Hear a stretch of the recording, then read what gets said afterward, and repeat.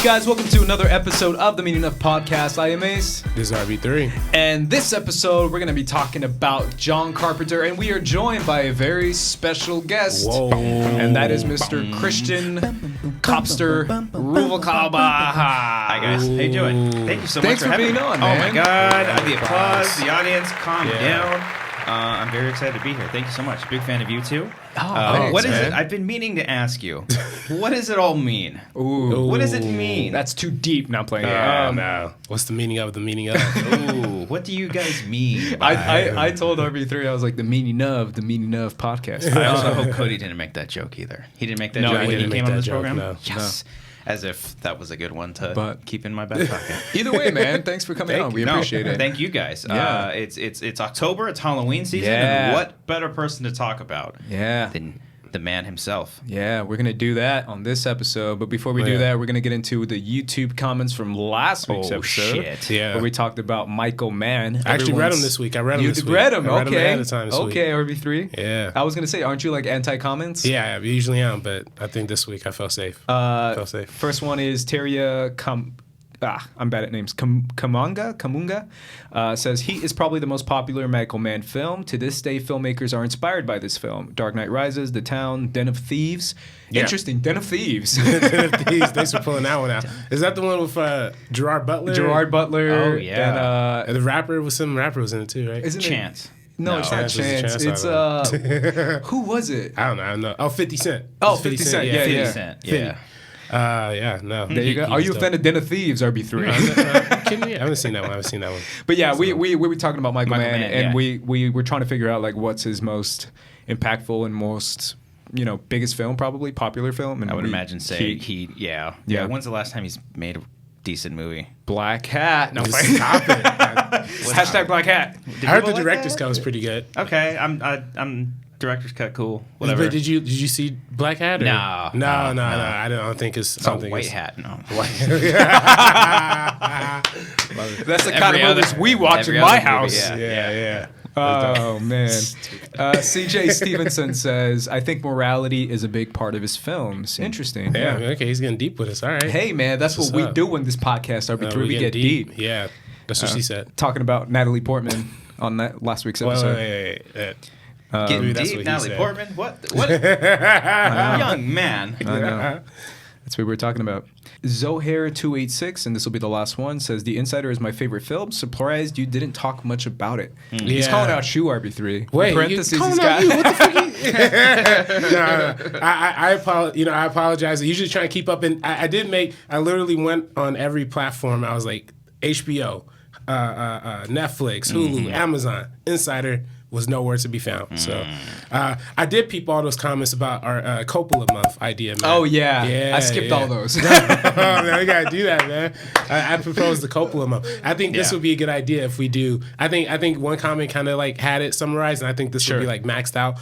Week 1, the Godfather trilogy. Sure. Week 2, like the rest of Francis Ford Coppola. Week That's a lot. 3, Sofia Coppola. Okay. Week 4, Nick Cage. Coppola. That's the You that's lost the me at Coppola. Nick Cage. No, I'm That's telling how you gotta cap it off, right there. Yeah, that's the way to top it off. Nick Cage films, man. That would be our first actor episode, right? Yeah, I think We've so, never yeah. done an actor episode. I mean, we could do like Roman Coppola, I guess, too. Oh, yeah, we somebody can. suggested that, or even like Wes Anderson is not like a Coppola, but is related to a lot of movies are related to a lot of Coppola people. So All right, let's get into this week's episode, which is all about John Carpenter. But before we do that, we're going to get into our in-studio guest, and that is Cobbster. Hi. Sure. What's up, guys?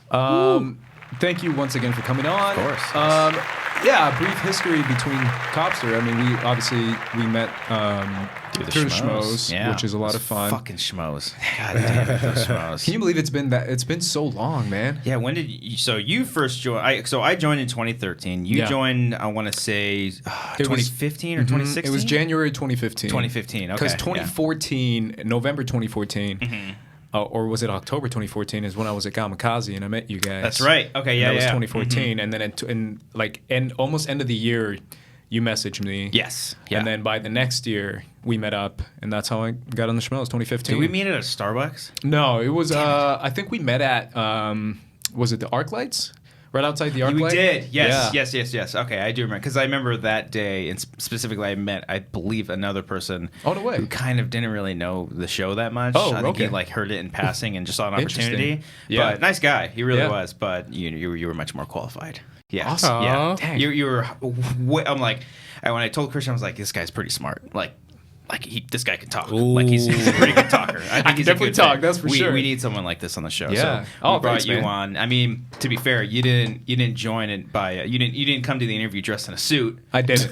But Yeah. fucking show off. This Let's get fucking into guy. him. You came dressed in a suit, RB3. Yeah, I mean, To Barney's Beanery. Hey, Barney's Beanery. Hey, I didn't know what kind of occasion we would be true. rocking with. So Yeah. no, it was dope. I mean, I was just super nervous, like meeting like everybody for the first time. Yeah, So, and that was like 2 years ago. Yeah, 2016. So Yeah. God, back to back, you guys. That's great, man. Great same times. day that Prince died was the day that Okay, we got. okay. Oh, yeah. dang. Damn, dude. You got to Yeah, bring so down it's- the mood, RB3. Yeah, we were living a high, but now we're just. Nah, I just will never forget that day, man. Yeah. Okay, yeah, all it was- right. it It's a was- great That was day. a great day and a bad day. In a weird Great way. day for me, not for the family of Prince. Yeah. Ooh. Yikes. Yikes. R.I.P. But One either of the way, greats. Greatest. you were a fan of the Schmoes beforehand too, Yes. right? And you Mhm. listened to the movie podcast, and you were trying to do your own thing like on YouTube, right? Yeah, I was doing like movie my reviews. I was doing my own shitty reviews. They're not good. They were so bad. But you're from this area, right? Are you from No, LA I'm area? from like L.A. County / Orange County, like Okay. border. It's a small little town called La Mirada. It's next Okay. to Fullerton. A lot of people know where Fullerton's at. And my small little neighborhood, we were far away from freeways. Open road. Like it was great. Now I live in the size of this room is like the side of like a street, both going opposite ways on the fucking street. It's awful. But I eventually just kind of moved my way out here. Cool. I'm a regular do-it-yourself kind of guy. Was it your plan all along to? That wasn't meant to be sexual, but Was it your plan all along to come out to LA and Not- kind of get into the industry? not really. Okay. I kind of jumped into it, and I started doing reviews because nobody else wanted to talk about movies with me, and I kind of always felt alone on that side. And till this day, I still kind of do, even though I have people that I work with. People aren't on the same level as me when I want to talk about a movie. I'll talk someone's ear off all the time about a movie, and I'll go in through one and out the other. But now it's like we're part of this whole collective community that everyone is kind of part of that, and it's really nice. And so when I just started doing videos, I kind of did it for the hell of it because I wanted to have an outlet. And then contacted JTE. I started listening to a podcast. I don't know what the hell a podcast was. I always heard about it. I always saw it on the phone. I'm like, this podcast is just stupid. And then it just kind of slowly got into it. And then through all that, I kind of found the creative outlet of making short films and shit. And I really Nice. fell in love with that. That's great, Yeah. man. Yeah. And right now you're producing the Collider Live, and you're Yes. also an editor for Collider. Correct. But what is your ultimate goal? Is it to be director, producer? Just directing, producing, writing, anything that I can do Okay. to create, my own creative stuff. I think when you first, get into it, you're going to film school and you're like, I want to be a director in Hollywood. You kind of have that mindset. And I think a lot of people have that mindset, but kind of, I don't know. I hate to say working on this side of the industry sort of dampered, I don't know, it kind of not ruined it, but it tainted it for sure, because you hear all the horror stories of everything that's going on, even just the monster human beings that are in Hollywood in general and everything that's going on. The ghouls. Yeah, exactly.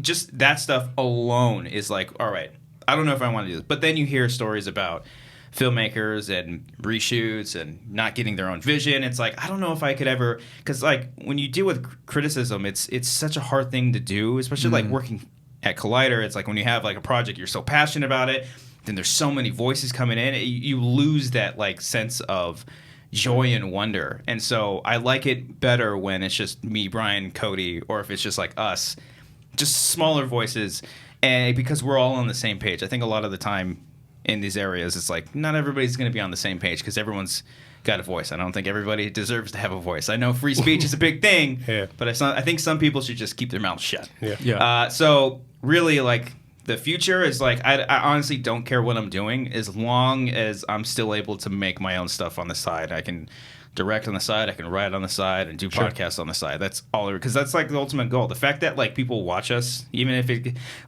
I never got an extreme amount of views when I did my movie reviews. The fact that my views would crack 100 views, I'm like, fuck yeah, cool.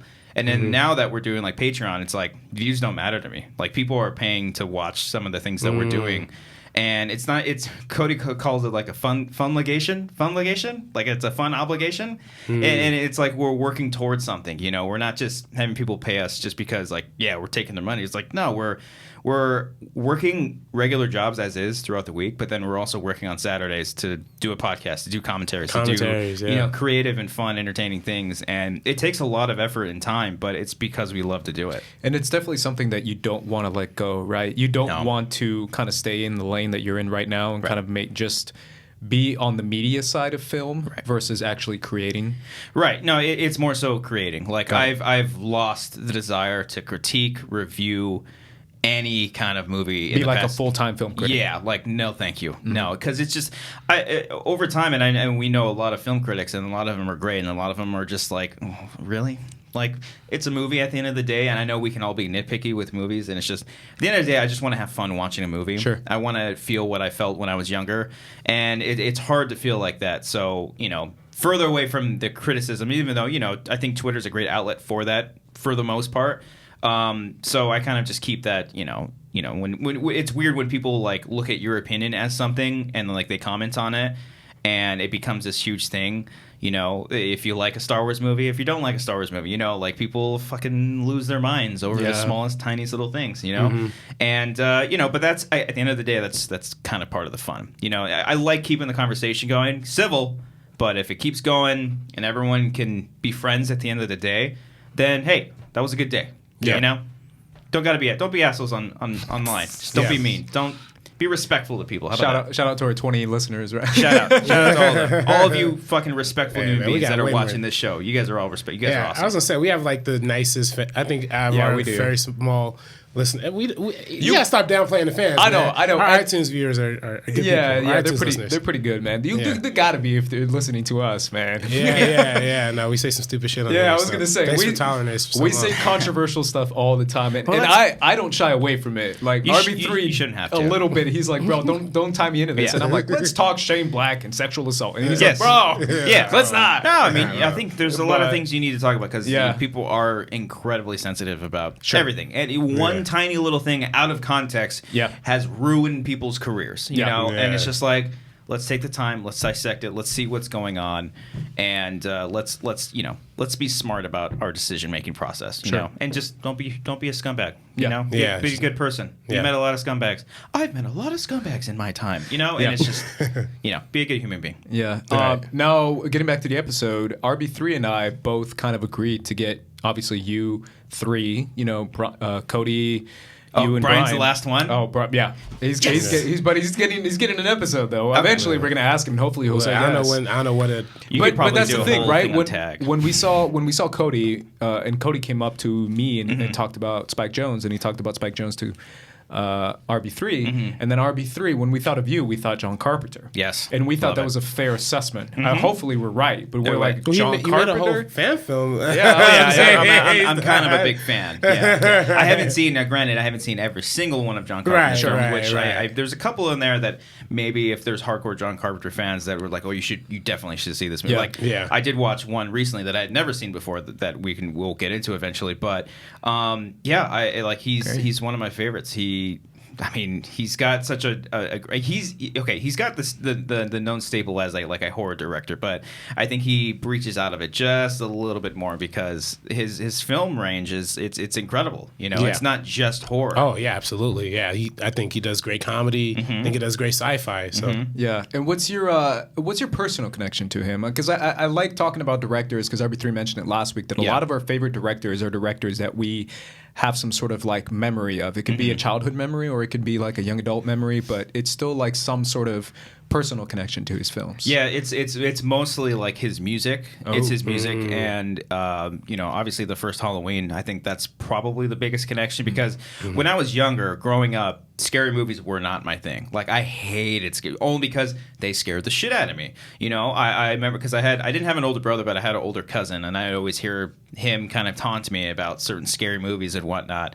And something like Halloween, I had heard about it. It was weird because like scary movies to me were almost like urban legends. I would hear about this man in a mask that stalked people. I'm like, well, that sounds scary. And I remember the very first scene I ever saw in Halloween. It was Laurie and I think Annie. I think it was Laurie and Annie were driving and they're like smoking weed, and then they pull over to a shop where Annie's father, who plays the sheriff, who is the sheriff rather, and he says, "Oh, it's no big deal. A couple kids broke in, stole some dimes and a mask." And it's just like I heard that, I'm like, "Fuck, was that him?" Like, shit, was that him? I'm like, turn it off. And then, like, for the longest time, I never watched horror films. And it wasn't until, like, maybe like when I was 12, maybe, when I first started getting into them. And then when I eventually watched Halloween and fully kind of just realized what this movie was about, and kind of just, not even so much just the filmmaking aspect of it, just the storytelling in general, just really, really like struck a chord into me, and it spiraled into me going deeper into the franchise. Where, because I remember specifically the AMC like 13 Nights of Horror. I think now they do like 31, which is great. Yeah, 31. Yeah. That's when I like binged all those, because they would play every single Halloween film, and I remember just watching them back to back to back, like boom, boom, boom, and just like, whoa, like these are like, this is a new type of genre that is just for me. Like, it gets me in ways that no other genre does. And it all started with Halloween, and it's all because of that. It's the atmosphere, the music, the acting. I mean, Jamie Lee Curtis was someone who I adored growing up because of, like, we're a much younger crowd. We're younger than you. Freaky Friday, like, obviously, it's like, what's up. But not to say that I saw Freaky Friday before I saw Halloween, but, and then you find out all the other horror films that Jamie Lee Curtis did, and then when I saw The Thing, that was just like a whoa, like, what is this? So, but it comes down to Halloween. Yeah, and it all comes to form some sort of inspiration as far as your own filmmaking, yes. right? Okay. Yeah, especially that movie, because we actually just rewatched Halloween for a commentary, and there's so many beautiful just long shots. There's just shots where Dean Cundy, who's the cinematographer for that, he's done an immense amount of great work. He just lingers on shots for the longest time, and that for me was very inspirational. Like, way later on, because it's almost like a great indie film technique. There's not a lot of cuts. It's just, let's get this one take. If it doesn't come out okay in the sound booth, then we can do some ADR, and we'll do that. Just a lot of long, simple shots of people just walking in the streets, kind of developing a little bit of exposition behind the characters themselves that I thought were just really inspiring. And it's a movie that he allows the characters and all the actions kind of just to slowly build and take its time. And I very much appreciate it, because we don't get that a lot in horror films these days. A lot of the time, it's just boom, you get it right after it. Granted, Michael Myers as a kid kills his sister in the first 5 minutes of the film, but it's that initial build-up and that slow intake that you get to that moment. Whereas, like, you see something like The Nun, and it's just right away. Like, I haven't seen The Nun, to be fair, but that's just like the shtick with horror films now, and Sure. People don't latch onto that because they don't like seeing the same shit over and over. Yeah, and they want to be like, audiences now want to be constantly scared. Yes. Versus actually build character and build emotional connection to the character. Right. And I think Halloween does a great mixture of the two. It's an eerie kind of scared, as opposed to like, oh yeah, that was a loud noise, that freaked me out, let's all giggle and wait for the next one. No, it's more like, fuck, did I just see him stand over there in the corner? Or was that messing with me? Because he's not there anymore. Yeah. Is the movie playing tricks on me? And I think that's really, really smart. I always connect it to something like a figure in a background somewhere. You can barely just see it. Yeah. And so that always gets to me. I always love that shit. And, I think it's funny that, especially with a movie like Halloween, it's such a genre piece that defined an entire slasher, genre proceed after. Yeah. It basically created the slasher genre. It created this, but it's funny how, like, a lot of the slasher movies after Halloween don't really take those elements. They just take the violent, the silly, like, not silly, but the over-the-top action that Halloween presented, but they don't look at the quieter. And I think that's where a lot of people don't, I guess, acclaim Halloween to the highest. You know what I mean? I mean, people love Halloween, obviously, but it's not... I think if people understood what the filmmaking and the intent was really behind what John Carpenter was doing back in the day, it should be recognized one of, like, the greatest. And we're still seeing that issue today. You're still seeing, like, you have something like, regardless of how big or controversial or however, whatever John Carpenter was at that time,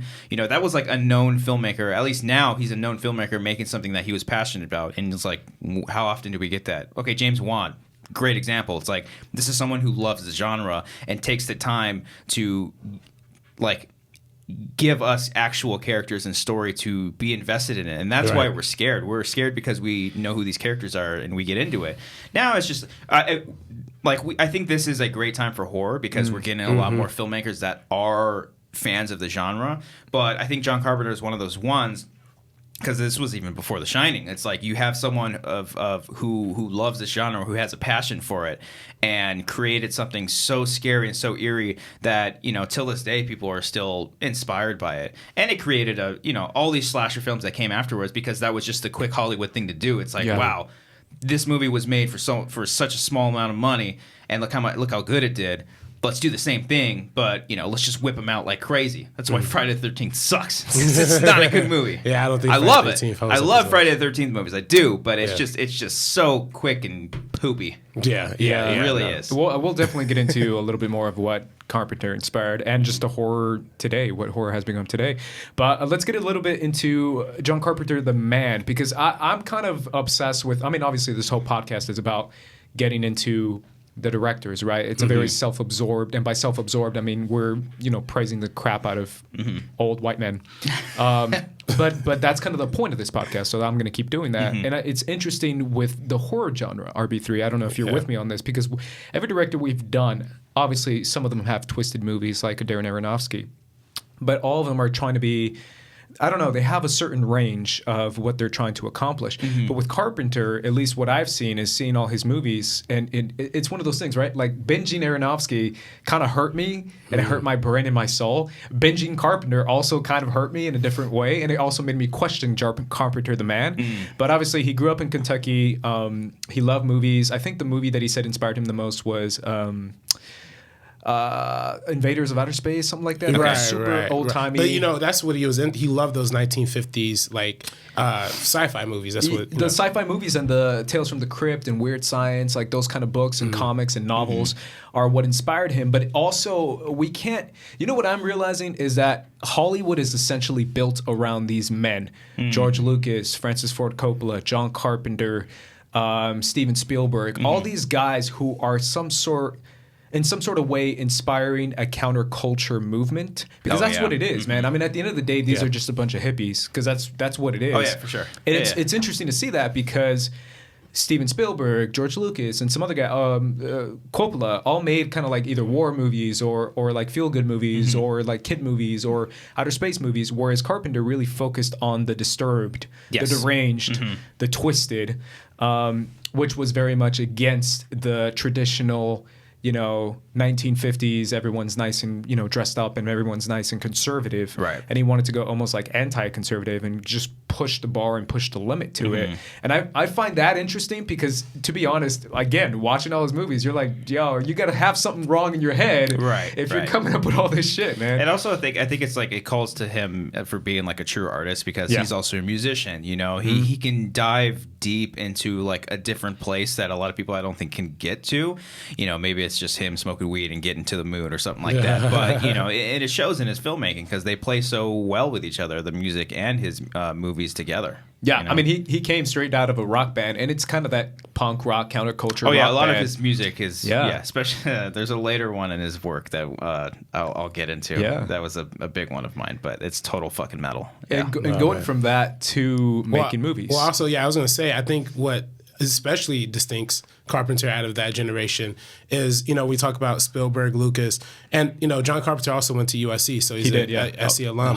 I got rise. I'm just kidding. I'm kidding. But there's a pattern, right? These are all people who love movies, and especially during the time, especially in the 70s, 60s, that was a generation of filmmakers that were coming from being that was the first generation of filmmakers to come from TV, right? Like that was the first generation of filmmakers to have had TV in their existence. But then, you know, so that's what a lot of the contemporaries of 60s and 70s were. But then the people who stood out, the Spielbergs, the Lucases, the Francis Ford Coppolas, the Carpenters, were the people who kind of like rejected TV to a certain extent, like who kind of like actively. And then, you know, we don't talk about They Live. That's a very anti-TV movie. Oh yeah, and I think that's very reflective of how John Carpenter feels. And then I think that's why Halloween has such a distinctive feel as a horror movie because it's both a horror slasher movie, but it takes, you know, when you talk about the long shots, just the pacing, it feels more of like a classical old, like 1930s, 40s, 50s, like classical movie than it does like an actual, what we would perceive as the idea of horror slasher today, you know? And it's interesting because horror movies essentially were created to be a reflection or a criticism on what the society was originally doing, right? I mean, a lot of that's how zombie movies got started as well. Right. It's the whole idea of like, let's reflect, same with sci-fi. It's like the idea of talking about stuff like racism, talking about capitalism, talking about authority, talking about certain things that people want to kind of rebel against, and something that America was going into quite a bit, especially with Nixon, especially with Reagan, was that when people distrust against what's happening now, and that's kind of what we were saying beforehand about talking about why we're such a controversial podcast, because a lot of people don't want to talk about the political aspects, but RB3 and I fully embrace it, because at the end of the day, Spielberg, Lucas, Carpenter are all making political statements in their crazy horror movies, because that's what they're trying to do in these movies. So, but one thing I want to do is talk about. I personally feel like Carpenter says something different in each one of his films, which makes him unique, even though he's making kind of the same genre films, and sometimes he's twisting the genre. Yeah. But what do you guys think is his biggest running theme? Is it like anti-capitalist? Is it anti-what? What is he trying to say throughout the majority of his movies? I mean, I just always read them as paranoia, right? Like, okay, what's like that's great. Like what's like unseen, and I think that's the running theme, particularly like paranoia in the government, paranoia in people. You know, The Thing is a movie about paranoia within like a contained group, like how, and these are all movies, you know, and again, The Thing is a remake of 1950s film that I forget the title. The Thing from Outer Space. The Thing from Outer Space. There it is. Yeah, which, you know, in the 50s, the whole idea was like nuclear, like we're heading into a nuclear age, so we don't know who we can trust. Like, and that was like the Cold War. So I think he takes a lot of influence from that, and then he kind of puts it into a broader scope. So I think Halloween is a movie about paranoia, like in the community. The Thing is a paranoia, like science paranoia. You know what I mean? And you know, all of his movies just are different extensions of that. I think you can couple that with dread as well, because there's just a lot of impending doom, like just around the corner in each of his films, whether the characters actually know what's going on or not. And I think that's almost the scariest thing. Like, you look at something like Halloween, where Laurie has no idea none of this shit's happening,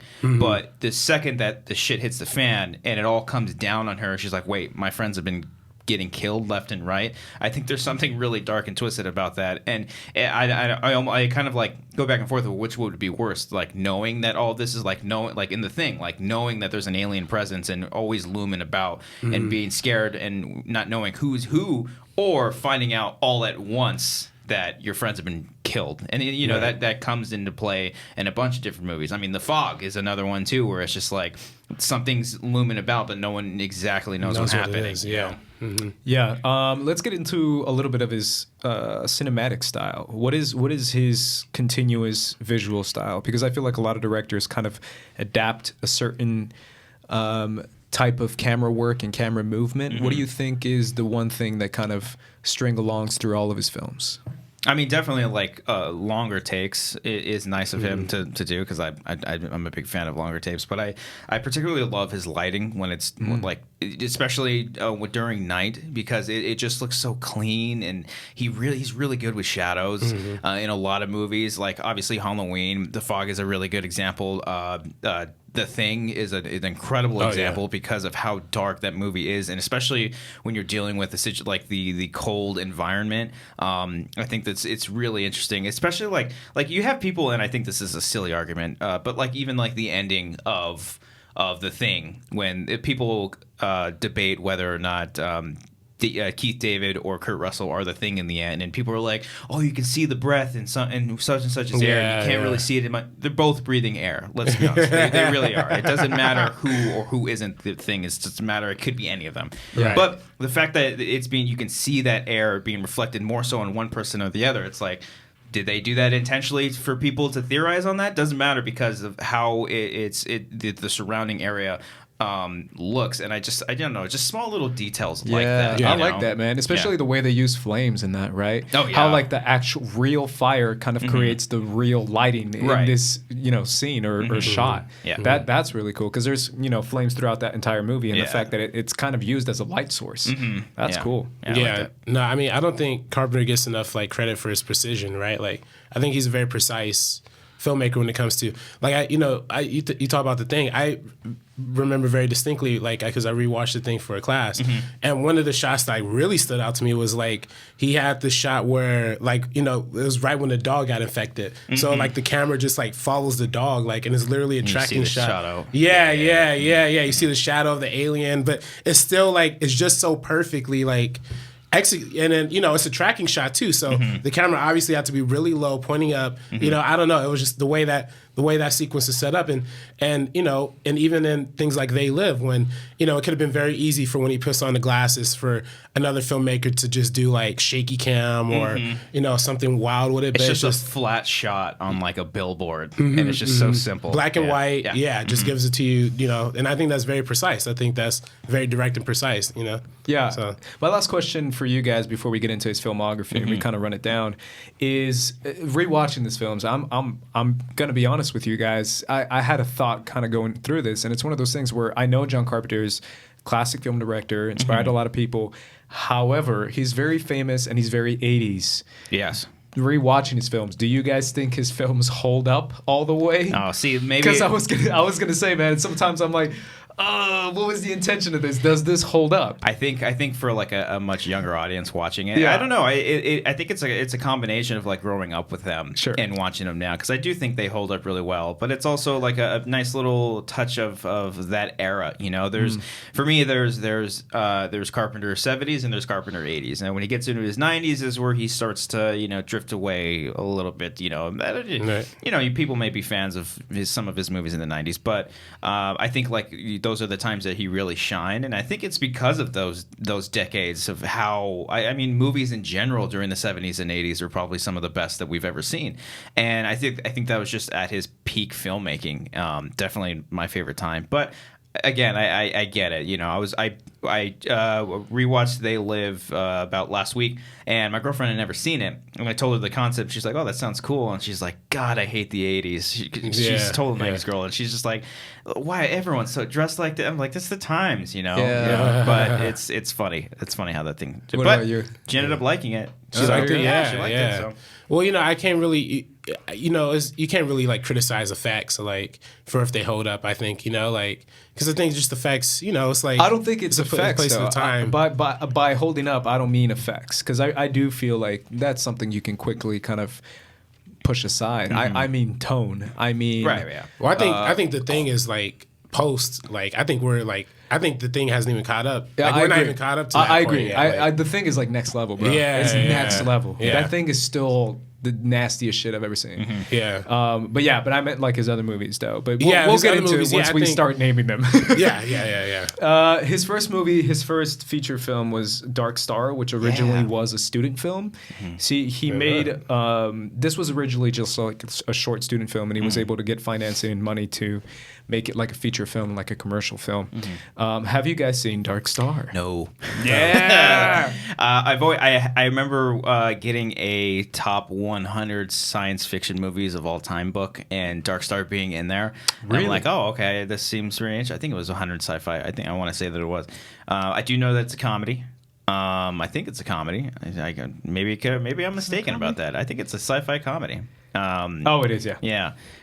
But that's one I need to see. Yeah. Yeah. Yeah. No, we're gonna. I'm a sham. I apologize to all you purists out there that haven't seen Dark Star. I don't know, man. I've seen a little bit of it. If I'm being honest with you guys, I haven't finished it because it is kind of hard to find. It's the silliness is just pouring. Okay, yeah. It's just pouring out of it. But yeah, that's eventually what got him. And what's interesting about his career is kind of seeing where the budget goes. I believe Dark Star was made for $30,000, which is insane. Sick.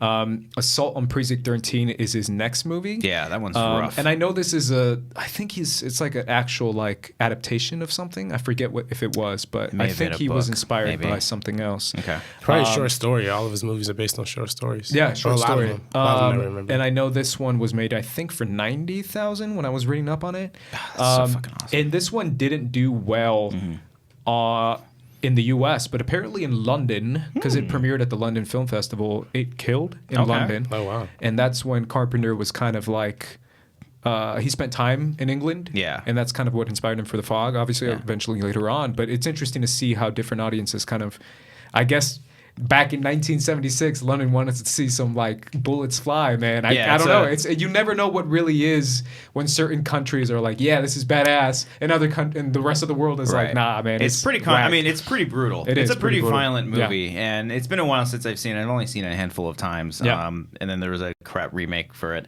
There was with Ethan Hawke. I didn't know that. And really, Ethan Hawke, Lawrence Fishburne, John Leguizamo. God, I know too much about that one. Yeah. But no, yeah, it's pretty violent.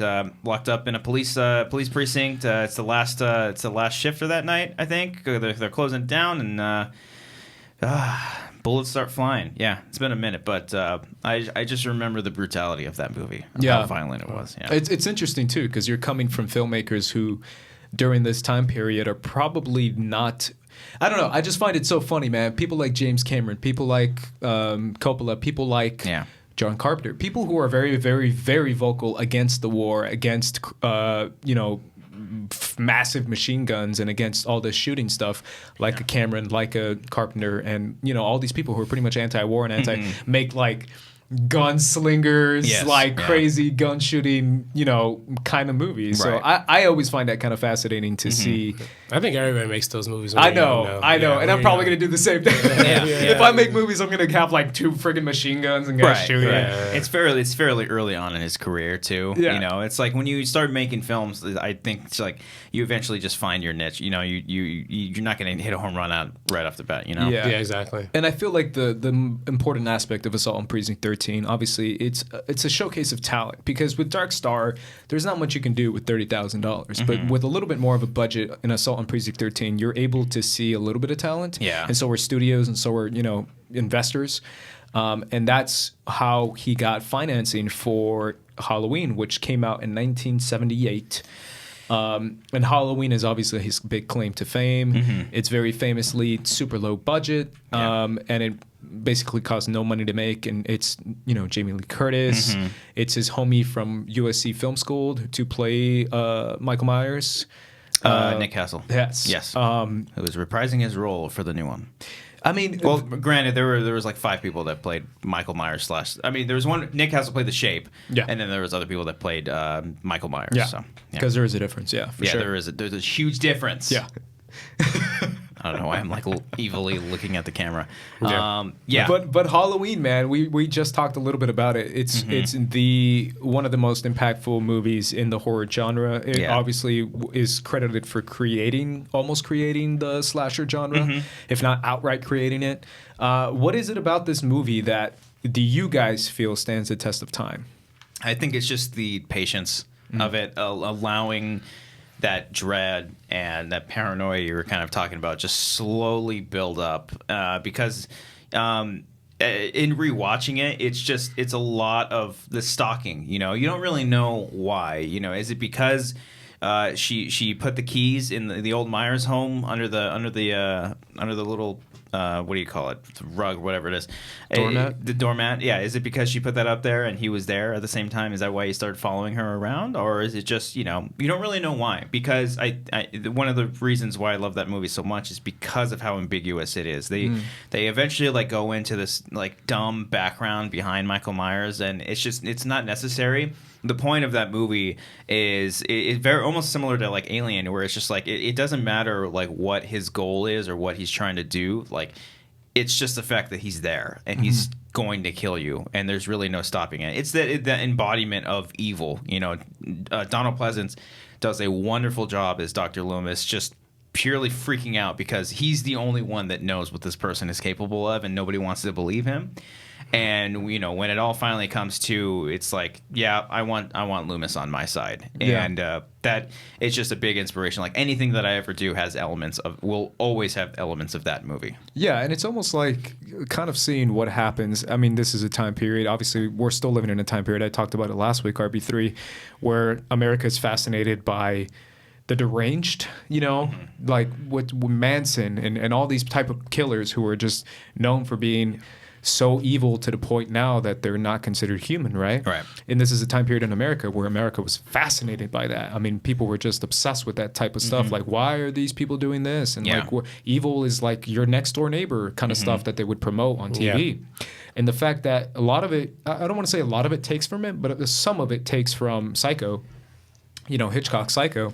Yeah, which burped at the same time. Yeah, and it's one of those concepts of taking like what happens when this type of human being can use his psychotic nature and his power, basically, because he's a big dude, to just become inhuman and just take people out for the hell of it. Like you said, there's not really a clear reason why. And what beautiful coincidence to have Janet Leigh do Psycho and then Jamie Lee Curtis to do Halloween. That's that's a family. That is a family right there. Yeah, I've always loved that, because Psycho, without Psycho we wouldn't have had Halloween. Without Halloween we wouldn't have the slew of other slashers in general. Yeah, or horror films, or Carpenter horror films too. Yeah. What about you, RB3?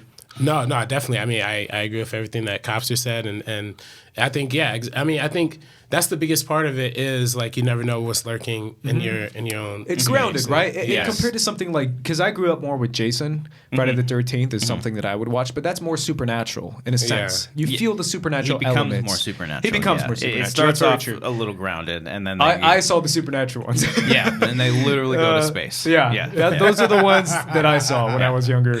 But the fact that this one is so much more, just a big psycho killer who's just killing people for fun. And I think that's why it holds up. I'm sorry, as you pointed out. I'm going to cut you off. Say if you were cutting me off. But that's what keeps it grounded, is that it is a simple person going around killing people. Whether or not you want to believe that he is, supernatural, or just like this killing machine that's been, wanting to let out his anger for so long.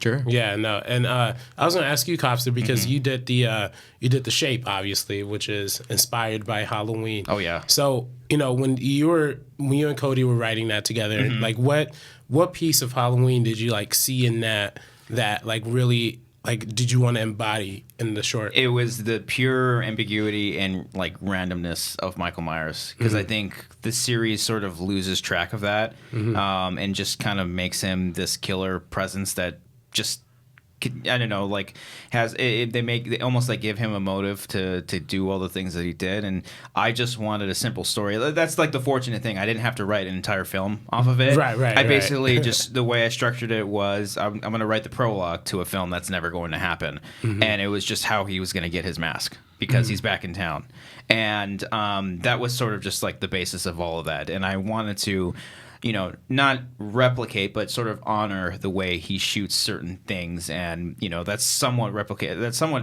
done in the short film, but, I can't do it on his level. But, you take those inspirations and you do what you can with them. And, I'm incredibly happy with the way it turned out. And it was so much fun making it, because, there was moments that night when we were shooting, I'm like, fuck, this, like, there's one shot in particular where Michael Myers is in the background and you can see him just barely there, and it's it's actually kind of bright on him, but it's a little bit darker on Grace and Heather Grace Hancock, who was in the short film. And it's just like that's like everything that I wanted. Like, that was the shot. I love it. And I kind of take that from that, so and I'm just a super big fan of the series. I when I went into that, I thought, let's do a Jurassic World scenario. Let's do this is a prologue for a fourth film that's never going to get made, and Halloween 2, and Halloween 20 years later are in continuity. Everything else is out the window. What can we do from that? 40th anniversary, got it, boom, and then kind of just generated from that. I feel you. Yeah, so looking forward to the new one. I am, yes. Comes out next week. Yes, I'm fortunate enough I get to see it early, because I begged and plead, because I did not want it to be spoiled. Haven't seen a trailer. Seen nothing. Really? Nothing. That I walked trailer. I'm hearing good things from people that I both respect and don't respect. No, I'm kidding.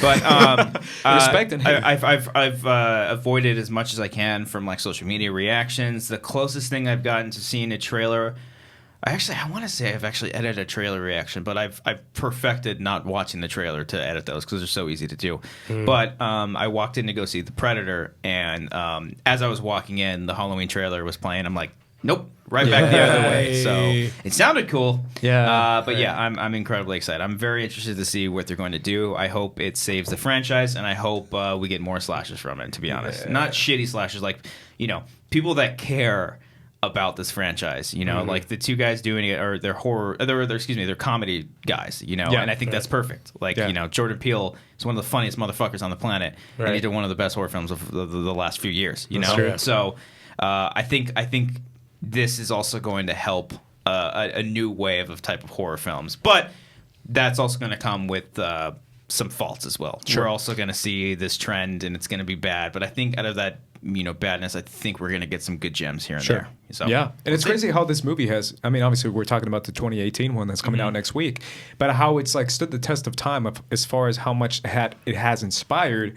Yeah. And just in pop culture in general. I was just thinking about the stupid joke, which I still think is hysterical, in Baby Driver, when they were like, I told you to get Mike Myers. And it's like, this is a Mike Myers, man. And it's like, no. And that movie's going to fucking crush. It's going to crush so hard. But Michael Myers is such a pop culture icon now. Yeah, and it's crazy how he has become like such a pop culture icon and how it's inspired so much and how the score.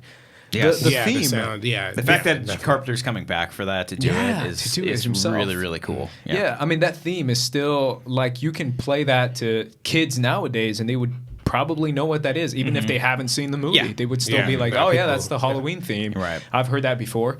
I mean, they've made that into, like, hip-hop beats and, like, stuff like that. So the fact that that theme is so iconic, it's up there with, other horror themes like Jaws. Psycho, Jaws. Like, those are the type of themes that bring in the atmosphere for, this crazy killer who's out to get you. Yeah. So, yeah, I mean, this movie has inspired quite a bit, and we'll keep talking about inspirations as far as John Carpenter, as far as his films go along. Speaking of which, we can move on to his next feature film, which is 1980s The Fog. What? You're going to skip over the TV film he did, Elvis? I hear it's actually really great. I believe Kurt Russell plays Elvis. Really? I think so. Hold on. Let me just double check. I can check that. Did Kurt Russell, yeah. Yeah, he does. Really? Oh, we'll talk about Kurt Russell. I hear it's great. I did. You know what? Somebody did say that Kurt Russell was the best Elvis. I heard that from somewhere. I don't know where I heard, but I guess that's from that's the John Carpenter shit. I didn't know that. But The Fog. The Fog. Is what we're Still like Val Kilmer's Elvis, by the way. Okay. And True Romance. Starring Tom Welling, The Fog. No, I'm kidding. You guys remember that one? No? No, I don't know. I don't get that reference. 2005, I think. Tom Jesus Welling Christ. did a remake. Shout out to Tom Welling. Bro, why do Smallville. you... I feel like you mentioned Smallville. Tom Welling in every I've never episode. mentioned it before. Yes, you have, bro. In every show, in every episode. Either way, The Fog came out in 1980. It stars freaking John Carpenter's wife. Which he just recently married once they started making this film. Adrian Barbeau, I'm going to say. Barbosa. Adrian Barbosa. Yeah. Inspired later for Pirates of the Caribbean. Recently married, and then they were making this film. And as I mentioned before, John Carpenter was inspired by going to England and just seeing the enormous fog come over this town. And it's how creepy that actually is, and kind of the idea of like what's in that fog, and then saying it's ghosts. I mean, the idea of small town near the ocean, ghost pirates basically haunting the town, town. Yeah, kind of taking vengeance on the town. Just the concept itself is enough to make enough creepy elements to make it a pretty entertaining movie. Yeah. I think like the use of fog in general is great. And again, it goes back to that kind of ambiguity. You do eventually see the pirates, but it's like what goes on in the fog, like what actually happens, you know? And I think that's one of the elements that work well in this movie. It's not one of my favorites. I like a lot of the visuals. Again, like with shadows and how he is able to move the camera and light everything. Especially towards the end in the church when that church shot is great, fucking beautiful, and it's haunting, and it's creepy, really, really creepy.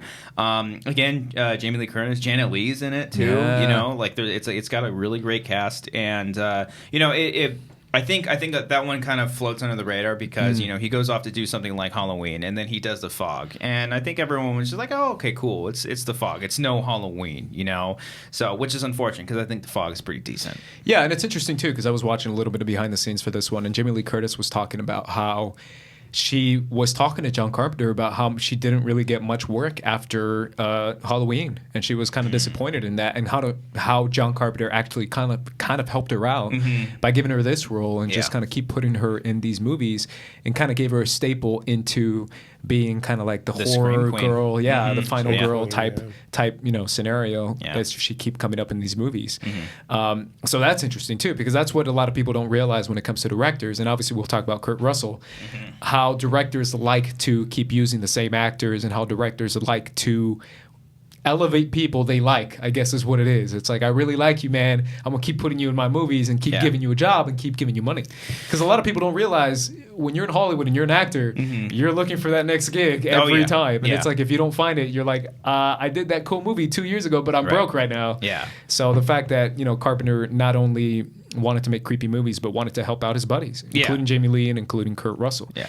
But RB3, what's your connection? Never seen it. Never seen it. Next. This isn't the Frank Darabont movie. This is not The Mist. The Mist. There's a fog, and then there's I do like The Mist. I do like The Mist. Mist is really good too. Mist is good. Yeah. 2007, right? You should check out this one. Sounds about right. Yeah. 2007 Mist, yeah. Stephen King adaptation, which another John Carpenter movie, Christine. Is that the next one? Is that the next one? No, it's not. Fuck. That would have been so hot, dude. Yeah, you're skipping over two big ones. Yeah. Damn it. Yes. Yeah, his next one is Escape from New York. Oh, really? Oh, okay. Yeah. Oh, that's what's up. People love this movie. People love this movie in 1981. And I can't lie, guys, every single Kurt Russell movie, except for maybe The Thing, I personally feel like it's a little bit over the top. Okay. Well, this including Escape from New York. This one, Escape from LA. Escape from LA is like next level. I never even bothered. I never. Escape from LA. They're like, there's some stuff in there where you're like, you're not taking anything seriously right now. Right. At least when it comes to premises, though, we get to see a little bit of what John Carpenter wanted to do with his premises, right, and how he was very much making statements. And in the majority of his films from now on, I feel like from this point on, all of his films have some sort of political statement. Yeah. And Escape from New York is no different. I mean, the fact that it's just an island, Manhattan is an island now where it's a part of like this authoritarian America, dystopian. Well, it's a giant prison. And you gotta think this came out during a time where this is set in New York, Escape from New York. Yeah, I think New York in the 1970s was like the most disgusting place like on the entire earth, right? Like you look at movies like Warriors, like what else is like 1970s? Gangs of New York. Not Gangs. The Taxi Driver. Yeah. And like all the movies that portray New York during that time. Even you look at movies like now, reflected back then, like The Get Down or other movies that reflect the Boardwalk Empire. Not Boardwalk Empire is like 20, so I shouldn't even say that. But anyway, like 1970s New York was just a shitty place. Yes. So and that's where John Carpenter kind of drew the inspiration for doing this. It's like, okay, this is all so trash already because of the corruption, because of everything. Let's just like overly emphasize, like this is the future that New York is going to be or whatever. And it's also him having a lot of fun with it as well. Like this is like Kurt Russell's best like John Wayne impression, basically. Just like in a completely different setting. And that's what I appreciate a lot with this movie. It's not my favorite either. I think I like the music more than I like the actual movie. And I think Donald Pleasance is great in it as well. I just love almost everything Donald Pleasance does. He plays the president in this one. But it almost like going back and like when I first saw this, it very much into video games. It feels very much like a video game premise. His name's Snake. So it's like I'm thinking like Metal Gear Solid, So was it? I think Metal Gear Solid was like inspired. Probably, yeah. So that's like as I was like playing those and I'm like watching the movie, I'm like, oh, I see the dots, I see the connections together. So and it's very much him inspired by, I wouldn't say video games, but like comic books. Yes. I feel like that's him inspired by the comic book genre and how it's very much like dystopian comic booky type of genre. With the like Statue of Liberty, like Oh, yeah. like in the middle of the Yeah, it's very of the city. it's very comic booky, and it's Yeah. the way it's spread out and the way it's done artistically as Yeah. well. I mean, it's one of those things too where the main character is like the most over the top. And I love that like for that. badass. Yeah. Like this guy's Black Ops, Purple Hearts, man. The Shoot. ultimate man's Yeah. man. Yeah, you well, know? you know, It's toting. man-spreading the movie. No, it's not. Man, it's just mansplaining the entire time. But actually, I think that's the thing. I think that's literally all men. Yeah. Oh no, Yeah. no, literally. But I think it's funny that you mentioned John Wayne. I think he takes a lot from like the John Wayne of like the stoic, like heroic, you know, like this is kind of like a Western in a way. Yeah. It is kind of like has Yeah. that Western vibe of like this outside gunslinger kind of coming to a different town. And it's just murdering people. and just murdering people, man. And it's Adrian Barbeau is also in this movie. Yes. His wife is in this movie. So His sorry. wife during this time is in this movie. And it kind of started off this Kurt Russell, John Carpenter relationship where he was playing sort of similar characters, and he became kind of like a household name due to John Carpenter. And I was watching an interview with Taika Waititi, and he talked about how he feels like Kurt Russell is like the best action star.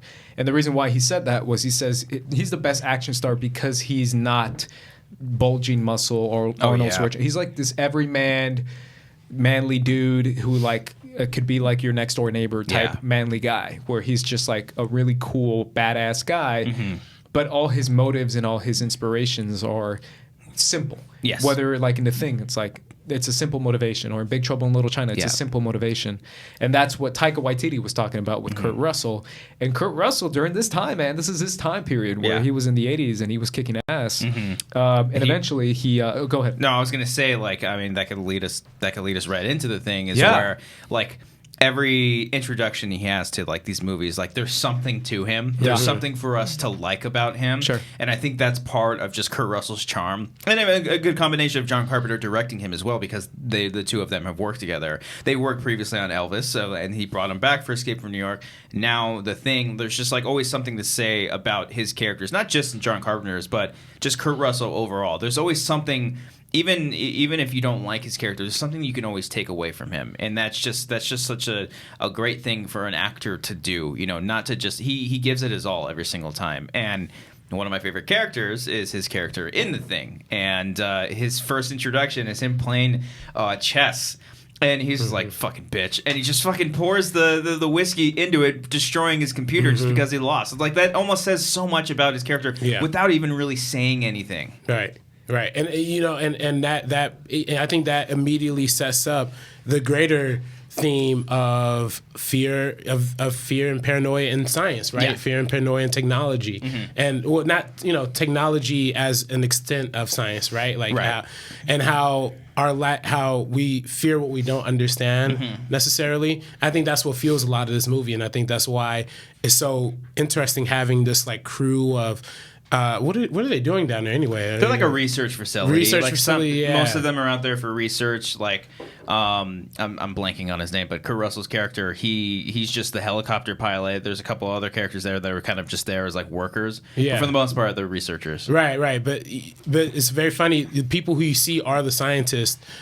Usually are the ones. All the scientists in this movie are like usually the bad guys. Like not the bad guys, but the more assholey type characters. And they even have to lock up the other guy in the other house who's one of the scientists. But Wilford Brimley. Yeah, exactly. And it's like it's like this. The whole movie is like this idea of like the working man overcoming. What the science is or what's supposed to, you know what I mean? Like, so it's very interesting that's how the film opens to kind of establish his position on that versus, and then once he starts encountering the stuff, It also comes back later on in the film. You can kind of see like, okay, this guy, he's maybe an everyday kind of dude. He's a helicopter pilot. He's got no patience. He's losing his thing. He's not getting his way. Is that going to play later? Yeah, because he ends up shooting someone in the face. And then you kind of go along with him as he sort of learns to be, he kind of takes everyone hostage. Everyone's against him for a good portion of the movie, and he has to take control of it. And, that just adds more to, how great Kurt Russell is. Yeah. You are afraid of this movie. Oh, yes. Did you end up rewatching it? Yes, I did, and Yes. it's the whole time I'm like this the whole movie, just cringing the entire time because this is a movie that I'm telling you guys, especially as a kid, but even now, man, I'm telling you, when it comes to special effects, and I know I'm gonna sound like an old man saying this, but nothing scares you more than something you feel the texture of. When you can say, that looks like skin, and I know that's not digital. And I feel like this time, 1982, with The Thing is a showcase. It's a showcase on special effects makeup. Oh, yeah, and for it's sure. not just a showcase. It's probably the greatest special effects makeup movie of all time. I personally feel that because it shows you the most disturbing images, and it makes you feel like all of those disturbing images are somehow real. Like if I reached out and touched that, it would be, I could feel it, and it's disgusting, and I would be vomiting everywhere probably because it's so nasty and disgusting. This movie and The Fly is the two movies that I feel Yeah. that just feel so. Pretty similar. Both came pretty out close. around the same time. Yeah. They did, yeah. I think it was And it's- 82 for the This is 82. I think The Fly's 84, maybe. okay, yeah. So It might maybe be. around the same. But area. David Cronenberg was a guy who took a lot of influence from John Carpenter Yeah. as well. So And it just goes to show for me personally, rewatching this movie, right? Because it's one of those things where I just talked about how some things may not hold up, and you said The Thing does, and I agree, The Thing does, because rewatching this movie, I can still go into a movie or go into a show or go into any kind of horror aspect, and if I see digital blood or if I see digital CGI gore, it doesn't bother me. It doesn't affect me. But when I see this kind of gore and this kind of blood, it makes me feel like I'm gonna throw up. Right. And it really is like the movie. You know, like I said, it's a good story. It follows along the human spirit as far as like when they're diving into paranoia, where Yeah. you're so paranoid now to the point where it's like nothing is safe, right?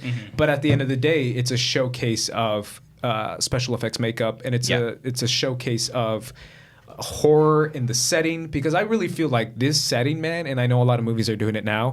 I just saw Hold the Dark on Netflix.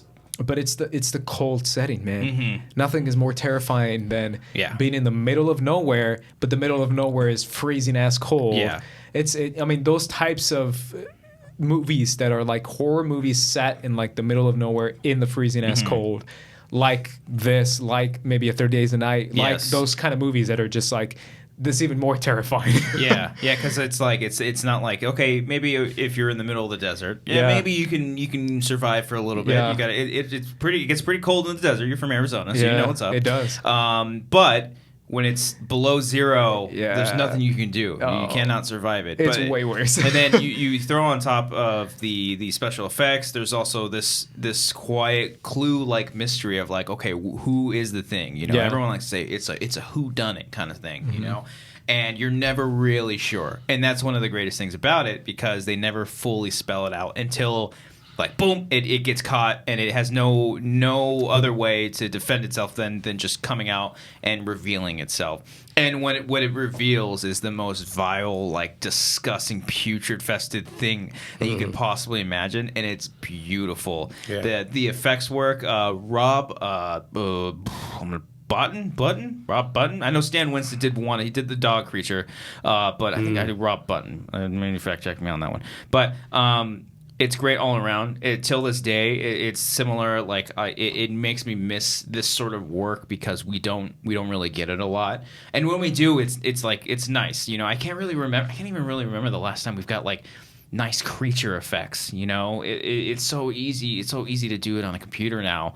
But definitely like on this level, like movies these days are all about like the nostalgia. Like when Star Wars came back, like, yeah, we're gonna use practical effects and puppets and all this stuff. It's like, when is that craze gonna happen with horror films? Maybe I'm just not thinking of one. Maybe there is one out there where they actually do that. But like, I want to see this level of horror and grotesqueness. I don't even know if that's a word, but I'm gonna say it. I want to see this kind of thing come back because it makes it feel so real. It really, really does. Like when you see these things, like that dude's arms are getting bitten off by a fucking creature, you know? And it pains me, like when you see so there was a prequel for this film. It's just called The Thing. A lot of people mistaken it for a remake. It essentially is a reboot / remake, but it takes place right before this movie.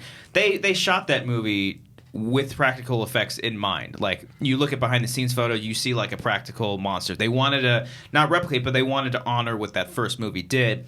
studio ripped that apart. They hated it. They hated how it looked, and they made everything CG, and it just looks awful. If they kept the practical and they made it work, maybe it would have been somewhat decent. But the effects really hindered it, and it kind of sucks you out of it, and it makes you realize you're not really watching something that's real.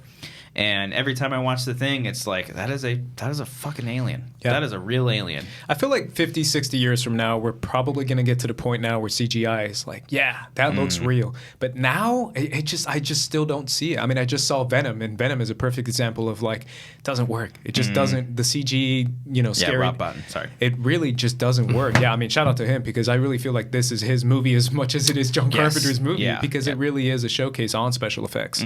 I mean, I don't know if you rewatching this movie, if you felt the same way. Yeah, no, I mean, it definitely, I think that's the biggest thing, is how the practical still holds up. And, is even more horrifying the way that they put the faces on the people, too. And, and I think the way Carpenter constructs the scenes to leading up to these big moments when the effects come up is also just as important, because I think, the reveal of that special effects, of the big alien at the end is fine, but that doesn't work without having the heating up of the wire and like testing the blood. Like that is what makes the creature stand out even more, because I think in a movie where you don't have the suspense, you don't have the build up, it's just a ugly blob that comes on screen, is not going to be as effective. But he, it's great that he both incorporates the practicality of it, but it's like the Spielberg effect in Jaws, like using it scarcely and building up the anticipation for it.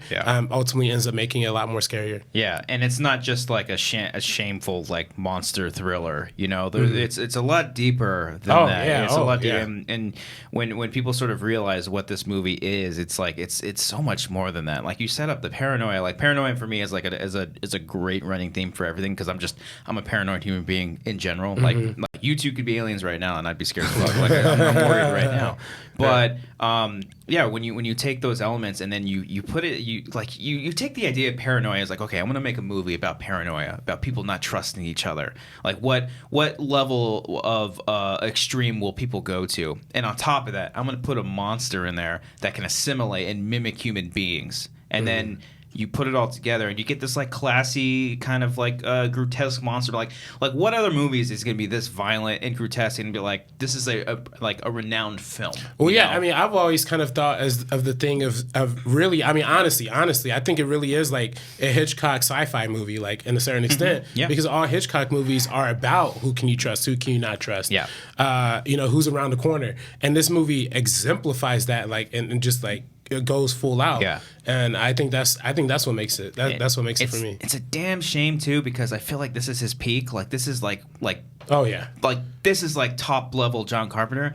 The movie did shitty. Yeah. Nobody saw this movie. Yeah. Not a lot of people and the saw people it. who did, it was way too ahead of his time. I was watching the behind the scenes, and the people who did, apparently the critics hated this movie. Yeah. Hated it not just because they thought it was a bad movie. They just thought it was a gore fest. Exactly. Yeah. They hated the fact that it was so deranged and so disgusting. That's why they hated it. And I was like, wow, because critics nowadays would love this shit. It's technically considered a cult classic. Yeah. And it's interesting because I thought of classic. I thought of it as like the fact that critics nowadays would love this disgusting type. Are you kidding me? This would win Best Picture. If it came out they would love it. But critics back then were like, not in my America. Yeah, no. Well, back then that was the Reagan era. It was. So it was a lot more positive. It was a positivity. Yeah, it was kids loving it. Yeah, it was E.T.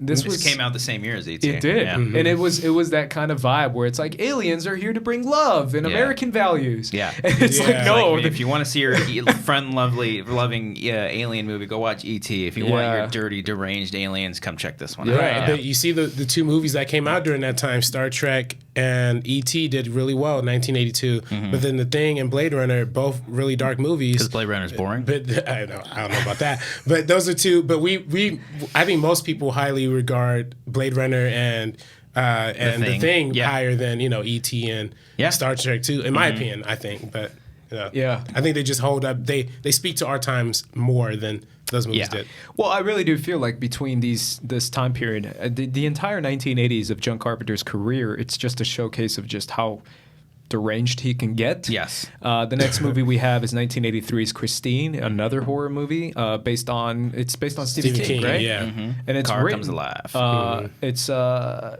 novel is of the same name, right? Yes. I think so, yeah. Okay. What do you guys think of this movie? Do you guys have a connection to this one? Because I got to be honest, I don't think I've seen this. I've never seen it. Got it. No, I think that came out around the time. I actually don't really know how people feel about it, but I think that came around the time where just Stephen King works were being pumped out left and right. Yeah. I mean, Shining was like such a big thing. When was the Pet Cemetery? Was it 87? 80?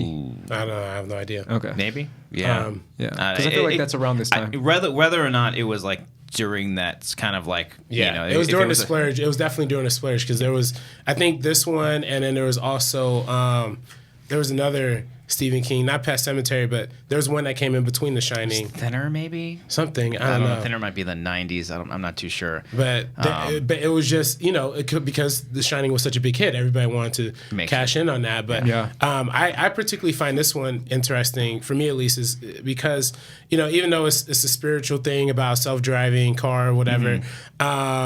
I think, weirdly enough, the aesthetic speaks more to this lasting impact because it kind of it dives deep into that 80s like car. You know how that like kind of car, a cool car, like kind of aesthetic that a lot of people had in those 80s movies, and we kind of see translated. What was the what was that one horror movie that came out recently that was like the with the STDs was like the It Follows. It Follows. Yes. I think It Follows Similar is something like that takes from that tone, from that like ethereal kind of, you're not really knowing, what's behind you, what's around the corner. Yeah, that's a good point. And yeah, I think Christine actually is built up a little bit of a cult following. I know for I think a lot of people generally enjoy it, and it's weird for me because I'm a big Stephen King fan, and I love John Carpenter. It's just, I don't know, that story it never really interested me. To read it. Perry Nemiroff was just telling me that she just finished the book and she she loved it, but I don't know. It's just I'm not a car guy. Like, I know Stephen King's a big car guy. Maybe John Carpenter's a car guy too. So I should check it out. Yeah, I feel like it comes from that time period where people were cars. Really into cars, man. I just don't care for George cars. Lucas. Lucas is big into cars. Yeah. George Lucas was so big into cars. The next one was Starman. Yeah, I also don't like stars. 1984. Never saw this one. I haven't seen this one. I haven't seen this one. I don't like men either. You know what's funny? Disgusting human beings. Yeah, oh, man. It's all bad. I know. All of us. Anything with back in 1984, this was a time period where not Stephen King. I was going to say Stephen King. John Carpenter's managers and agents were actually telling him that all his stuff was a little bit too dark and too twisted. Yeah, so he goes a light and friendly and he route. He tried to do a much more romantic. That's probably why I haven't seen it. Sappy romance type movie. Not a horror film. Oh, okay. That didn't do too well. So his next big one was obviously 1986, Big Trouble in Little China. Have you guys recently rewatched this movie? Yeah, I recently rewatched this movie. God, this freaking so fucking good movie. This movie's the fucking best, dude. This movie's I can't lie, man. This movie's so baller, dude. I was gonna say, fucking good. If I'm being honest, this entire movie, I am cracking up this whole movie. And the whole movie is like a comedy to me. Like, oh no, for sure. Yeah, no. I'm like, this guy is going after his truck after he's seen all this crazy shit. And he's like, he's just accepting it. Yeah. He's just flat out accepting it. Yeah. And one of the funniest scenes is when he's stuck in the wheelchair and he's just screaming as it's falling down this incline. But also, this movie's so ahead of the casting. This is a predominantly Asian cast, and now it's funny because rewatching it and Crazy Rich Asians, Awkwafina hosting SNL. It's like oh yeah, if let's diversify this shit up, and it's like. You see what Carpenter was doing? Pretty, I mean, this is a pretty diverse cast here. Yeah. Obviously, aside from the white man, Kurt Russell. Sure. But, the white savior. Yeah. Saving the day. Yeah, but it's very engraved into the Chinese culture. Yeah. And it's so rich with all of that. Yeah. And you on top of you spin all this fantasy, magical stuff into the mix. And it's just so good. It's great, man. Yeah. It's great, too, because I really feel like his character is just the embodiment of another John Wayne type character. Yeah, another John Wayne, but another very all American, American type man, dude, blue collar, driving his truck, big American type dude. And I think that kind of again grounds the movie. It's such a fantastical movie, but it grounds it with Kurt Russell's character being such a relatable type guy and such an easily rootable type He's so guy. likable. He's so easy to root for him because you're like, oh, I like this guy. He's just wanting to drive his truck around and just do his thing, and it's still great how he interacts with the rest of the characters because he talks to them like they're just his buddies and his friends. Yeah. I don't know. That's my biggest takeaway from this movie because it's interesting seeing because a buddy of mine back at work when I used to work with this friend of mine. This is like his all-time favorite movie, and he's like, "You have to see this movie." So I watched this thing recently. Actually, it was like a few years ago for the first time. And when I did, I was telling him, "I'm like, bro, this is insane. This movie's ridiculous." Yeah, it takes like that Carpenter extreme to like the next level. It's probably like one of his most out there movies, but it also like it keeps it grounded in a certain set. Like he establishes that world and he makes it feel sort of fantasy from the very beginning, and you just kind of accept everything that's going along because you're following Kurt Russell's character from the very beginning, and he's that audience viewpoint member where you're just like, following what along. is going on? You're learning along with him, and as he accepts it, you're like, okay, I accept it too, and it's because everything around him just works so well. Kim Cattrall's great in the movie. Yeah, once we meet, what's his freaking name? What's his name? Okay, the main character, the old guy with a hat. I forget his name. I haven't revisited this movie recently, anyways, guys, once we meet his character, and we see how over the top he's playing his character, it's amazing. Lopan? Yes. Okay. James Hong. Yes. Once we meet his character, man, and he starts like talking, and it's oh my god, it's ridiculous. It's crazy. It's so good. When he starts doing his little finger thingy. It's so fucking creepy. Oh my god. Yeah. No, it's just the initial like when he's like driving down. It's just so this huge hunky truck is like going down this tiny little alley, and then this just like giant Chinese gang fight just starts breaking out of nowhere. What Raiden comes out? Oh yeah, exactly. Well, that's the thing. It starts off with like a gunfight, and then it starts into like a hand-to-hand combat, and then all of a sudden these magical wizards just start jumping up out of nowhere. And you're like, what the fuck is going on? And he's saying the same thing, and it's just it get kind of swept up into this huge little fantasy. It's just like the wrong place, wrong time kind of thing. And like had they gotten to the airport sooner, or if they had gotten to their peeps a little bit or later, maybe the things would have been different. But the fact that they went right then and there, it's just wonderful. And the fact that he's doing it just wearing like the tiniest little tank top too is like the funniest thing ever. It's really great. His like pecs are like basically coming out because the tank top goes to like down here, like on his side. I don't know. It's just goofy. It's this so movie goofy bombed too, though. This movie didn't do good. Yeah, I think the budget was like 20-something million, and I think like it didn't make its budget back. I think crazy, it was like 10 million or 11 million. What's the name of his truck in this movie? Oh, I don't remember. I forget. Does he have a name for the truck? Yeah, he does. Something Susan? Express. I don't know, I'm just kidding. The Something Express. I forget what it is. I'm pretty sure I should know that. 1987 was The Prince of Darkness. Have you guys seen this one? I actually just watched this for the first time not too long ago. Yeah, because What'd you think? y'all told me, we're gonna do John Carpenter. I was like, all right, I'm gonna rewatch some of these things, and I'm like, okay, what's the one that I haven't seen that I like? What sounds interesting? And it was this one. It's fucking weird. Yeah, it's so weird, and I appreciate the patience that this movie has. It follows like these group of physicists who Donald Pleasance plays a priest, and follows them where they shack up in this kind of old abandoned church where earlier in the film a priest dies and kind of like has this box and unlocks it and gives I keep wanting to say Loomis. Gives Donald Pleasance a key for this like giant, what's discovered to be this giant batch of like I remember this goo. movie. I've seen it, but I don't remember everything. From it. And it's like this big batch of goo, and it's like the green, and it's swirling it's around. Like swirling around, and it starts taking people over. It's not really zombies, but they kind of turn them into these like drones where people are like kind of surrounding them. It's like these demonic things happening and. All these researchers come to this facility and they all start getting taken over one by one, and it's like he takes similar elements of like Halloween and The Thing into some of this like weird supernatural sort of vibe that the movie has. Sure, and it's okay. That's all right. Yeah, I liked it. I liked again. It's like I liked his music more so than I liked the actual movie. But not many people are like known in the cast. His partner in Big Trouble Little China. God, what's his name? I think his name was Wang in the actual movie. Yeah. Dennis. It's like Dennis Dunn. Something Dunn. Dennis Dunn. Yeah. Dennis Dunn. Yeah, he returns and he's in this movie. Who I actually really liked in the movie. And I liked him in this one. Like the main character is kind of like generic man, and he has like a relationship with a woman. And they it's funny because they're all college students, and they get they're like, oh yeah, you're all getting tasked for this assignment over the weekend where you get to stay over the night at this church and try to find out what this goo is. And then kind of shit hits the fan. They're stuck in there, like a bunch of homeless. Alice Cooper, the great musician. He's like one of the lead. He's like one of the lead zombies, if you will, that are like preventing them from leaving. And then they start spitting in each other's mouths, and they get taken over. It's essentially, I'm pretty sure it's like essentially Satan. Like at first I was like, oh, is this like some kind of vampire or whatever? But it's like his like kind of upbringing coming into the real world, and they eventually just kind of have to stop it from happening, or else the world's fucked. Yeah, some creepy imagery though. Some great creepy imagery in this movie. Yeah. Huh. Yeah, I mean, again, I think I've seen bits of it too. I remember the priest, and I remember the weird supernatural elements. Mm-hmm. Yeah, I'll definitely check this one out. I'd say check it out, RB3 too.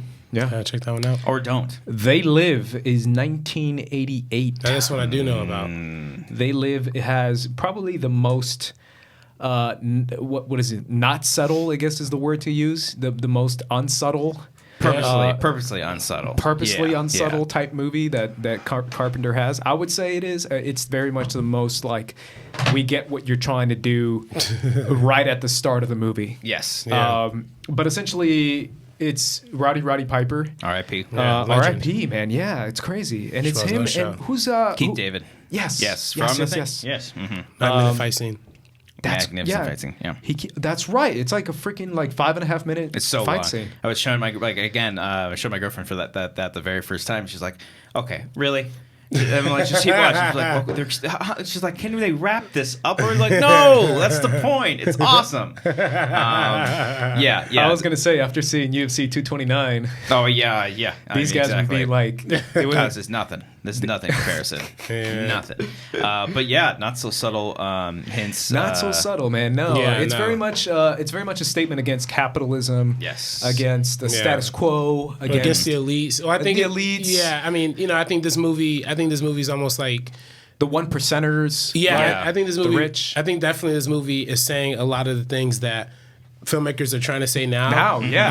In that way, it is ahead of its time. But this one is not subtle. At least now it's like they're trying to be a little more subtle. I think when you throw in the element that there are aliens that have taken over, who knows how long, and they're kind of manipulating the world. I think that's just there's something great about that. I think for the time, I think if this movie came out now, it probably would have been panned. It's like, okay, we get it, but it's not taken too serious. You're having fun with it. There's a comedic element to it, to where he's not trying to make this like auteur film, like he's actually like he's making a statement, but he's also poking fun at the fact, especially it's like when he's reading the magazines and it's like consume, recreate, procreate, like all these different words and verbiages that are so like iconic now. Obey. The fact that that's like an actual thing now. Yeah. So. And people love, and that's what I think is so funny about this movie. I think this movie is not only like, it's a satire in the sense that it's satirizing how TV and media and image controls us, right? It's all about image because he puts on glasses. Yeah, it's like he's seeing the truth, for the first time, and I think that's why a TV network is such an important location for him to shoot up, obviously too. But like how that's the way that people are consuming information. I think and I think that's what makes it a very like relevant, especially in today's time when we do have the 24 hours news cycle, when we do have a media that's not necessarily as honest as some, but then we still have a lot of honest players outside of the media. And, when we talk about, if we want to talk about politics or government or even things like, I don't know, because I think this movie touches on like a little bit of like religion to a certain extent too, right? The idea of being like under the control of something and feeling that you're, feeling that that's part of it. I think that's why I think that The Matrix almost takes directly from this movie. Interesting. And in terms of the concept of control and how do we lose control.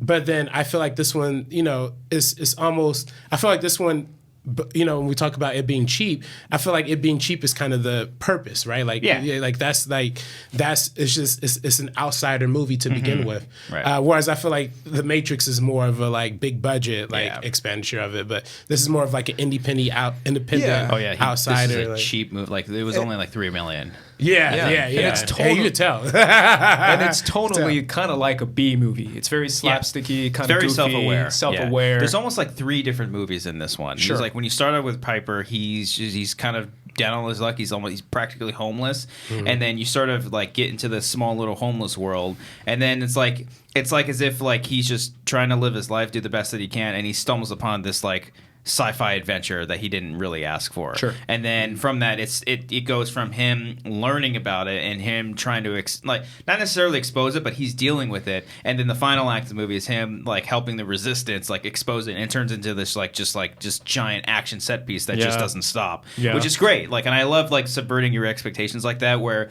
you think it's going one way, but then it shifts completely different. Because like imagine, and this is in a couple of Carpenter movies, like imagine if you didn't like know that aliens have taken over, and like you're watching this for the first time and you're like, okay, we're just following this guy, like who are they live, like what is this all about?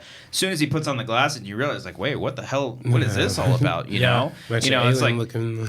Yeah, exactly. And the visual style too. I mean, you guys mentioned it beforehand, like the black and white, the way it's used, the way when he puts on the glasses is so different than when he takes them off. It's very Black and white. It's the truth. When people say we're looking in the black and white world, that's authenticity, and that's where I think him putting on those glasses and seeing how and exposing the world for how it really is.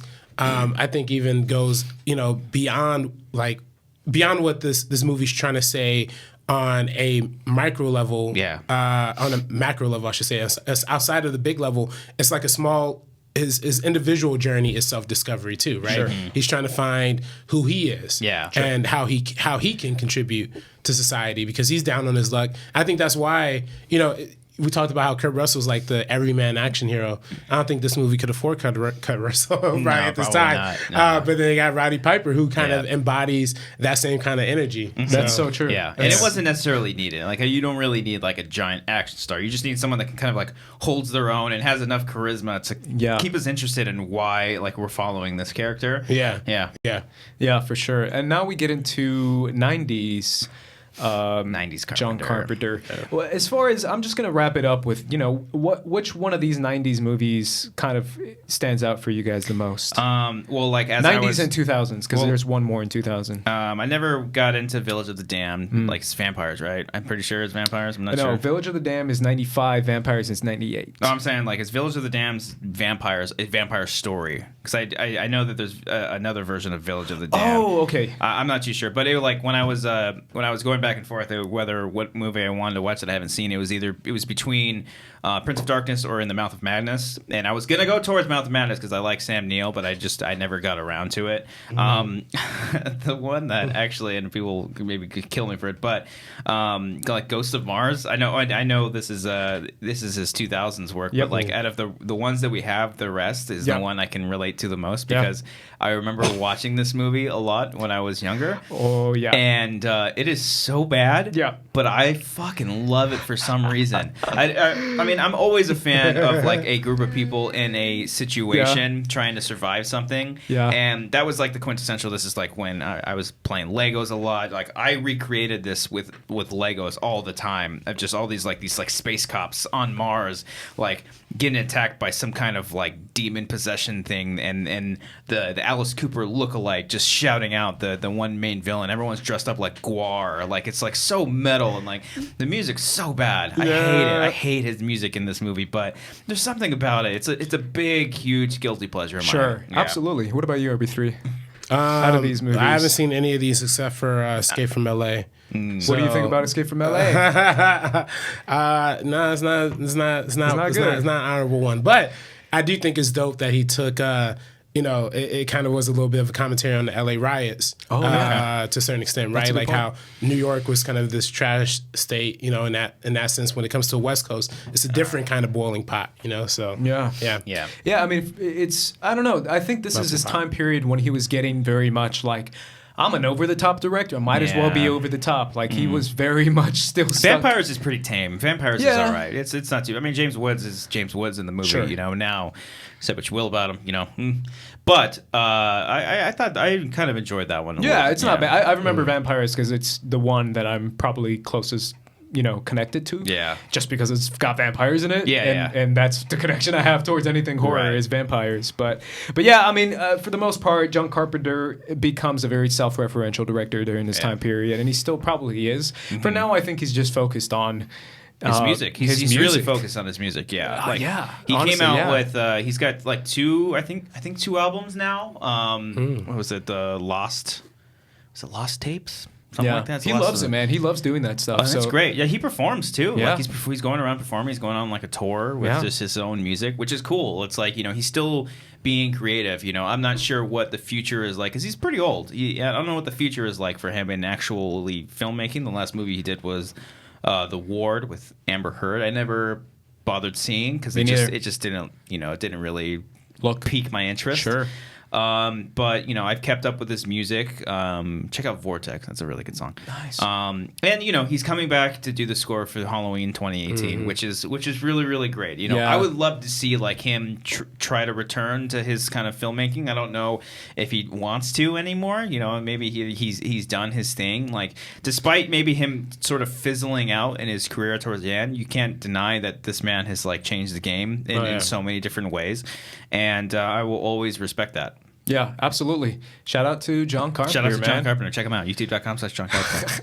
I don't know if he has a YouTube channel. Fingers crossed for Halloween 2018. I'm excited for it. Even though I'm not the biggest Halloween fan or the biggest horror fan, I'm still pretty pumped for it. They're doing what they do so well in the Halloween franchise. They ignore canon. That's what you got to do. Doing a direct sequel to the first movie, which gets me really pumped. Yeah. You know, they could do so many different things. All these franchise movies are doing these days. That's true. Like just skipping over it. What was the one that just did that? It wasn't Predator did that? Oh, Predator. No, Predator acknowledged. Oh, that's true. Predator's You're right. in the same thing. It did all this Predator 2 at least. But it didn't acknowledge Alien versus Predator. Didn't acknowledge Alien versus Predator or Predators, to be honest. You can't really. That's true. That because one. it's like another planet. Yeah. So, thanks for coming on, man. We really appreciate it. Yeah, it was fun. It was a lot of fun. It was great. Talking about John Carpenter. I need to see more. He's made a ton of movies, so sorry if we didn't get to all of them, guys. But either way, thank you so much for joining us on the Meaning of Podcast.